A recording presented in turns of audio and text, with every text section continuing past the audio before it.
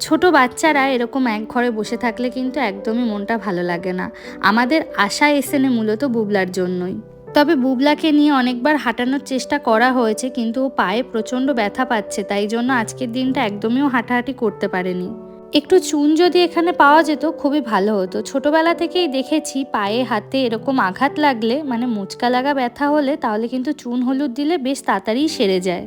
তবে এই জার্মানিতে চুন পাওয়ার কোনো আশা নেই, আর আমি জানি না চুন নিয়ে ট্রাভেল করা যায় কি না। আমার যতদূর মনে হয় ফ্লাইটে করে কিন্তু চুন নিয়ে আসা যায় না। আর এখানে দেখুন শ্রিয়াদি আমাদের সন্ধ্যের স্ন্যাক্সের জন্য এক ধরনের খাবার বানিয়েছে, যদিও এটার নাম আমার সঠিক মনে নেই।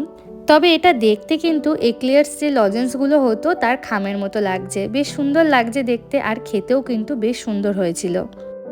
বুবলাকে একটু হাত ধরে হাঁটানোর চেষ্টা করছিলাম, তবে ও পায়ে খুব ব্যথা পাচ্ছে। এইটুকু বাচ্চা এইভাবে কান্নাকাটি করলে কিন্তু খুব খারাপ লাগে।